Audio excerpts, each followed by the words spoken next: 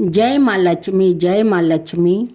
एक नगर में एक साहूकार रहता था। उसकी एक लड़की थी। उसने देखा कि लक्ष्मी जी पीपल से निकला करती है।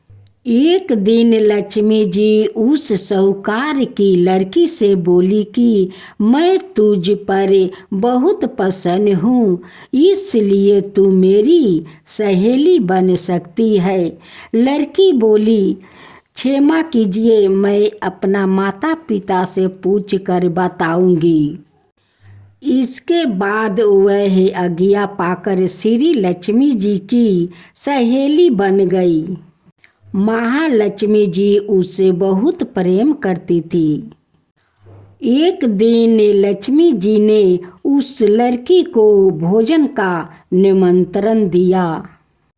जब लड़की भोजन करने के लिए आई तो लक्ष्मी जी ने उसे सोना चांदी के बर्तनों में खाना खिलाया, सोना की चौकी पर बैठाया और उसे बहुमूल्य वस्तु ओढ़ने को दिया।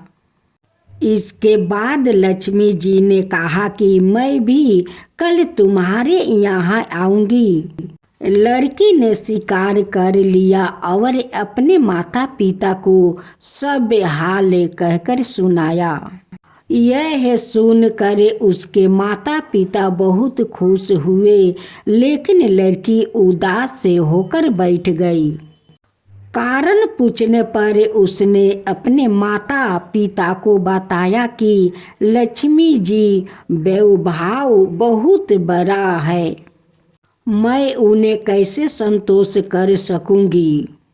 उसके पिता ने कहा कि बेटी, गोबर से जमीन को लीप करे, जैसा भी बन पड़े रूखा सूखा श्रद्धा और प्रेम से खिला देना। यह बात पिता कह भी न पाए कि एक चील वहाँ में डराते हुए आई और किसी रानी का नौलाखा हार वहाँ डालकर चली गई। यह देखकर साहूकार की लड़की बहुत प्रसन्न हुई। उसने उस हार को बेचकर लक्ष्मी जी के भोजन का इंतजाम किया। इसके बाद वह श्री गणेश जी और लक्ष्मी जी वहाँ आ गए। लड़की ने उन्हें सोने की चौकी पर बैठने को कहा। इस पर महालक्ष्मी जी और गणेश जी ने बड़े प्रेम से भोजन किया। लक्ष्मी जी और गणेश जी के आने से साहूकार का घर में सुख संपत्ति से भर गया। हे लक्ष्मी माता, जिस प्रकार उस लड़की पर अपनी कृपा बरसाई, उस प्रकार सभी घरों में सुख संपत्ति देना। जय माँ लक्ष्मी, जय माँ लक्ष्मी, जय गणेश, जय गणेश। एक बुढ़िया माई थी। वह व्रत नियम बहुत रखती थी। एक दिन भगवान के घर से यमदूत लेने आए। बुढ़िया माई यमदूत के साथ चली गई। आगे गहरी नदी बह रही थी। बुढ़िया माई डूबने लगी। तब यमदूत ने पूछा, माई गाय दान की हुई है? बुढ़िया माई ने मन में गाय माता का ध्यान किया तो गाय माता उपस्थित हो गई। गाय की पूंछ पकड़कर बुढ़िया माई ने नदी पार कर लिया। आगे गई तो काले कुत्ते खाने दौड़े। तब यमदूत ने पूछा, कुत्ते को रोटी दी है क्या?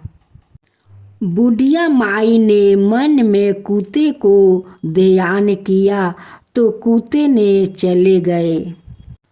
आगे चली तो काले कौआ बुढ़िया माई को चोंचे मारने लगे। यमदूत ने कहा, ब्राह्मण की बेटी को सिर में तेल लगाने को दिया है, यह नहीं। बुढ़िया माई ने ब्राह्मण की बेटी को याद किया तो कौआ ने चोंच मरना छोड़ दिया। यमदूत ने कहा चप्पल दान किया है। बुढ़िया माई ने याद किया तो चप्पल पैरों में आ गई। आगे चली तो चित्रगुप्त जी ने यमदूतों से पूछा, आप किसको ले आए हो? यमदूतों ने कहा, बुढ़िया माई ने बहुत दान पुण्य किया है, लेकिन धर्मराज जी का कुछ नहीं किया, इसलिए आगे का द्वार बंद है। तब बुढ़िया माई ने मिनती की कि मुझे 7 दिनों के लिए धरती पर जाने दो। मैं इन 7 दिनों में धर्मराज जी की कहानी सुनकर उद्यापन करे आपस आ जाऊंगी। धर्मराज जी ने उसके प्राण लौटा दिया। धरती पर बुढ़िया माई के शरीर में जान आपस आ गई। सभी लोग बुढ़िया माई को जीवित देखकर भूतनी भूतनी चिल्लाकर भागे। खोरे हुए बुढ़िया माई अपने घर आई। बेटा बहू से कहा, मैं भूतनी नहीं हूँ, मैं तो धर्मराज के कहे अनुसार आपस आई हूँ। मैं प्रयाति के दिन धर्मराज की कहानी सुनकर उसका उद्यापन करके आपस से परलोक चली जाऊंगी। यह सुनकर बेटे बहू ने पूजा की सभी सामग्री ला दी, लेकिन कहानी के समय हुंकार नहीं भरा। तब बुढ़िया माई पड़ोसिन के पास गई। पड़ोसिन से कहानी सुनी और हुंकार भी भरा। बुढ़िया माई ने 7 दिनों के पश्चात उद्यापन कर दान किया। 7वां दिन यमराज जी ने बुढ़िया माई के लिए स्वर्ग से विमान भेजा। विमान देखकर सभी गांव वालों ने स्वर्ग जाने के लिए कहा। तब बुढ़िया माई ने कहा, मेरी कहानी तो केवल पड़ोसिन से सुनी है। यह सुनकर सभी गांव वालों ने बुढ़िया माई के पाँव पकड़ लिए और धर्मराज की कहानी सुनाने को कहा। बुढ़िया माई से कहानी सुनाने के बाद सभी गांववासी विमान में बैठकर स्वर्ग पहुंच गए। सभी गांववासी को देखकर धर्मराज ने कहा, मैंने तो केवल बुढ़िया माई के लिए विमान भेजा था। बुढ़िया माई ने कहा, मेरी कहानी इन सब ने सुनी है, इसलिए मेरा आधा पुण्य इनको दे दो और स्वर्ग में वास भी दो। तब धर्मराज जी ने सभी गांववासियों को स्वर्ग में वास दे दिया। सो हे धर्मराज जी, जैसे बुढ़िया माई को स्वर्ग दिया वैसे सब को देना। कहानी सुनने वाले को, कहने वाले को कहते हुए सुनते हैं, हुंकार भरने वाले को सबको देना। हे यमराज भगवान जी, सबको देना। यमराज भगवान की जय हो, यमराज भगवान की जय हो। विवाह योग्य होने पर साहूकार ने अपनी दोनों बेटियों का विवाह कर दिया। बड़ी बेटी के घर समय पर स्वस्थ संतान का जन्म हुआ। संतान का जन्म छोटी बेटी के घर भी हुआ, लेकिन उसकी संतान पैदा होते ही दम तोड़ देती है। 2-3 बार ऐसा होने पर उन्होंने एक ब्राह्मण को बुलाकर अपनी व्यथा कही और धार्मिक उपाय पूछा। उसकी सारी बात सुनकर और कुछ प्रश्न पूछने के बाद ब्राह्मण ने उससे कहा कि तुम पूर्णिमा का अधूरा व्रत करती हो, इस कारण तुम्हारा व्रत फलित नहीं होता है और तुम्हारे अधूरे व्रत का दोष लगता है। ब्राह्मण की बात सुनकर छोटी बेटी ने पूर्णिमा व्रत पूरे विधि विधान से करने का निर्णय लिया। लेकिन पूर्णिमा आने से पहले ही उसने एक बेटा को जन्म दिया। जन्म लेते ही बेटे की मृत्यु हो गई। इस पर उसने अपने बेटे सबको एक पीढ़े पर रख दिया और ऊपर से एक कपड़ा इस तरह ढक दिया कि किसी को पता ना चले। फिर उसने अपनी बड़ी बहन को बुलाया और बैठने के लिए वही पीढ़ा दे दिया। जैसे ही बड़ी बहन उस पीढ़े पर बैठने लगी, उसके लहंगे की किनारी बच्चे को छू गई और वह जीवित होकर तुरंत रोने लगा। इस पर बड़ी बहन पहले तो डर गई और फिर छोटी बहन पर क्रोधित होकर उसे डांटने लगी कि क्या तुम मुझ पर बच्चे की हत्या का दोष और कलंक लगाना चाहती हो? फिर बैठने से यह बच्चा मर जाता तो? इस पर छोटी बहन ने उत्तर दिया, यह बच्चा मारा हुआ तो पहले से ही था। दीदी, तुम्हारे तप और स्पर्श के कारण तो यह जीवित हो गया है।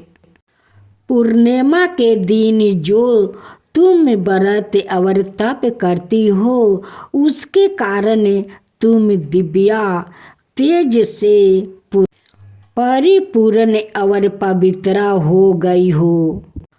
अब मैं भी तुम्हारी ही तरह व्रत और पूजा करूंगी। इसके बाद उसने पूर्णिमा व्रत विधि पूर्वक किया और इस व्रत के महत्व और फल का पूरे नगर में प्रचार किया। जिस प्रकार माँ लक्ष्मी और श्री हरि ने साहूकार की बड़ी बेटी की कामना पूर्ण करे सौभाग्य प्रदान किया, वैसे ही हम पर भी कृपा करें। जय विष्णु भगवान, जय महालक्ष्मी, जय विष्णु भगवान, जय महालक्ष्मी। सुबह स्नान के बाद घर के मंदिर की सफाई करें। ध्यान पूर्वक माता लक्ष्मी और श्री हरि की पूजा करें। फिर गाय के दूध में चावल की खीर बनाकर रख ले। लक्ष्मी माता और भगवान विष्णु की पूजा करने के लिए लाल कपड़ा, यह पीला कपड़ा चौकी पर बिछाकर माता लक्ष्मी और भगवान विष्णु की प्रतिमा इस पर स्थापित करें। तांबे अथवा मिट्टी के कलश पर बस्तर से ढकी हुई लक्ष्मी जी की स्वर्णमयी मूर्ति की स्थापना करें। भगवान की प्रतिमा के सामने घी का दीप जलाए, धूप करे। इसके बाद गंगा जल से स्नान करा करे, अक्षत और रोली से तिलक लगाए। तिलक करने के बाद मीठे सफ़ेद यह पीली मिठाई से भोग लगाए। लाल यह या पीले पुष्प अर्पित करे। माता लक्ष्मी को गुलाब का फूल अर्पित करना विशेष फलदायी होता है। शाम के समय चंद्रमा निकलने पर मिट्टी के 10 दिया यह अपनी समर्थ के अनुसार दिया गाय के शुद्ध घी से जलाए।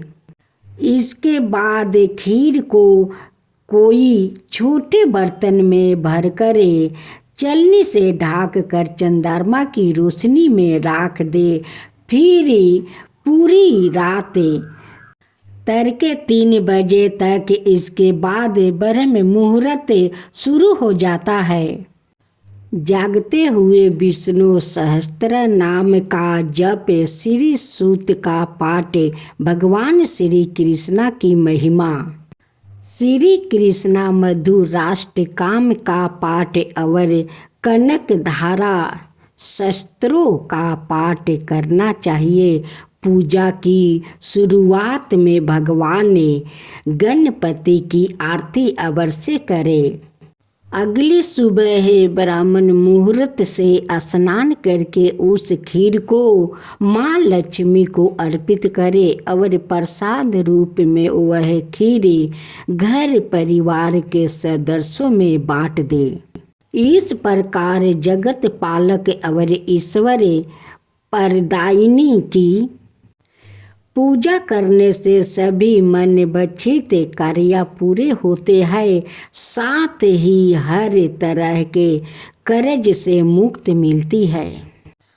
एक पोपा बाई थी, वह नियम व्रत बहुत करती थी। एक दिन अपने भाई भाभी से बोली कि मैं शादी नहीं करूँगी, मेरी झोपड़ी ग्राम के बाहर बनवा दो और ग्राम की स्त्रियों से कहो कि आप अपनी गाय का बछड़े मेरे यहाँ चराने के लिए भेज दिया करो, बच्चा कुचा खाना मुझे भेज दिया करो। एक दिन नगर का राजा शिकार खेलने जंगल में गया। जंगल में झोपड़ी देखकर वही रोक गया और बोला कि इस झोपड़ी में कौन रहता है। जब अंदर से कोई आवाज नहीं सुनाई दी तो वह दरवाजा खटखटाने लगा। तब पोपा बाई उठी और बोली कि कौन है जो मेरे द्वार पर आवाज दे रहा है। पोपा बाई ने कहा कि जहाँ से आए हो वही चले जाओ, मैं पराई पुरुष का मुंह नहीं देखती हूँ। राजा जबरदस्ती पोपा बाई को उठ कर ले जाने लगा। रास्ते में पोपा बाई ने राजा को श्राप दिया कि उसका सारा राजपाट नष्ट हो जाएगा। जब वह नगर में पहुंचा तो रानियों कहने लगी कि आप इसको आपस उसकी झोपड़ी में छोड़ आओ। राजा जब पोपा बाई को छोड़ने गया तो रास्ते में पाप की नदी आई। राजा उस पाप की नदी में डूब गया। पोपा बाई धर्मराज के यहाँ पहुँची तो धर्मराज जी ने पोपा बाई को स्वर्ग का राज दे दिया। एक बार एक सेठ सेठानी मृतक लोग से स्वर्ग को सिधारे प्रवेश करने के लिए स्वर्ग का द्वार बंद देखकर उन्होंने धर्मराज को द्वार खोलने का आग्रह किया। तब धर्मराज जी ने कहा, इस द्वार पर पोपा बाई का राज है। सेठ सेठानी ने कहा कि हम पोपा बाई को नहीं जानते हैं। तब धर्मराज जी ने कहा कि 7 दिन मृतक लोक में जाकर 8 खोपरा गोला नरियर में राई भर कर 5 कपड़े ऊपर राख कहानी सुनकर उद्यापन करे और कहे कि राज है पोपा बाई का, हिसाब लगी राई राई का। बोलिए पोपा बाई की जय। विनायक गणेश की जय हो, विनायक गणेश की जय हो। एक बार गणेश जी छोटे बालक के रूप में चिमटे में चावल और चमचों में दूध लेकर निकले। वो हर किसी से कह रहे थे कि कोई मेरी खीर बना दो, कोई मेरी खीर बना दो। वहाँ पर एक बुढ़िया माई बैठी थी। उसने कहा लाओ मैं बना देती हूँ। वह छोटा सा बर्तन चढ़ाने लगी तो गणेश जी ने कहा कि दादी माँ छोटी सी भगौनी मत चढ़ाओ, तुम्हारे घर में जो सबसे बड़ा बर्तन हो वही चढ़ाओ। बुढ़िया माई ने गणेश जी का मन रखने के लिए 12 बर्तन चढ़ा दिया। वह देखते रह गई कि वह जो थोड़े से चावल उस बड़े बर्तन में डाले थे वह तो पूरा भर गया है। गणेश जी ने कहा दादी माँ मैं नहा धोआ कर आता हूँ। जब खीर तैयार हो गई तो बुढ़िया माई के पोता पोती खीर खाने के लिए रोने लगी। बुढ़िया ने कहा गणेश जी महाराज तेरे भोग लगाना है कह कर चूल्हे में थोड़ी सी खीर डाल दी और कटोरी बाहर कर बच्चों को दे दी। बुढ़िया की पड़ोसी ने ऊपर छत पर से देख रही थी तो बुढ़िया ने सोचा यह चुगली कर देगी, इसलिए एक कटोरी भर कर उसे भी पकड़ा दिया। बेटे की बहू ने भी चुपके से एक कटोरी खीर ले जाकर खाई और कटोरा चौकी के नीचे छुपा दिया। अभी भी गणेश जी नहाकर नहीं आए थे और बुढ़िया को भी भूख लग रही थी तो वह भी एक कटोरी में खीर डाल कर केवाड़ के पीछे बैठकर एक बार फिर कहा कि गणेश जी महाराज आपके भोग लगे। यह कह कर खाना शुरू कर दिया। तभी गणेश जी आ गए। बुढ़िया माई ने कहा आजा रे गणेश खीर खा ले, मैं तो तेरा ही इंतजार कर रही थी। तब गणेश जी ने कहा दादी माँ मैंने तो खीर पहले ही खा लिया। बुढ़िया ने कहा कब खाई? गणेश जी ने कहा जब तेरी पोते पोती ने खाई तब खाई थी, जब तेरी पड़ोसन ने खाई तब खाई थी और जब तेरी बहू ने खाई तब भी खाई थी और अब तूने खाई तो मेरा पेट पूरा ही भर गया। बुढ़िया ने कहे बेटा तेरी सारी बात सच है, लेकिन बहू बेचारी तो सुबह से काम में लग रही है, तो फिर उसने खीर कब खाई? गणेश जी महाराज ने कहा चौकी के नीचे देखो जूठा कटोरा पड़ा है। तूने तो मेरा भोग तो लगाया, वह तो बिना भोग के ही खा गई। बुढ़िया ने कहा बेटा घर की बात है, घर में ही रहने दो। अब बताओ बची हुई खीर का क्या करूं? गणेश जी ने कहा नगरी को जिम्मा दे दो। बुढ़िया माई ने पूरी नगरी जिम्मा दी, फिर भी बर्तन खाली नहीं हुआ। जब राजा को यह बात पता चली तो राजा ने बुढ़िया को बुलाया और कहा क्या रे बुढ़िया, ऐसा बर्तन तेरे घर पर कहाँ से आया? ऐसा बर्तन तो राजा का महल में होना चाहिए। बुढ़िया ने कहा राजा जी इस बर्तन को आप ले लो। राजा जी ने खीर का बर्तन महल में मांग लिया। लाते ही खीर में कीड़े मकोड़े बिच्छू कंकर हो गया और दुर्गंध आने लगी। यह देख कर राजा ने बुढ़िया से कहा, बुढ़िया बर्तन आपस ले जा, जा तुझे मैंने दिया। बुढ़िया ने कहा, राजा जी आप देते तो पहले ही कभी दे देते, यह बर्तन तो मुझे मेरे गणेश जी ने दिया है।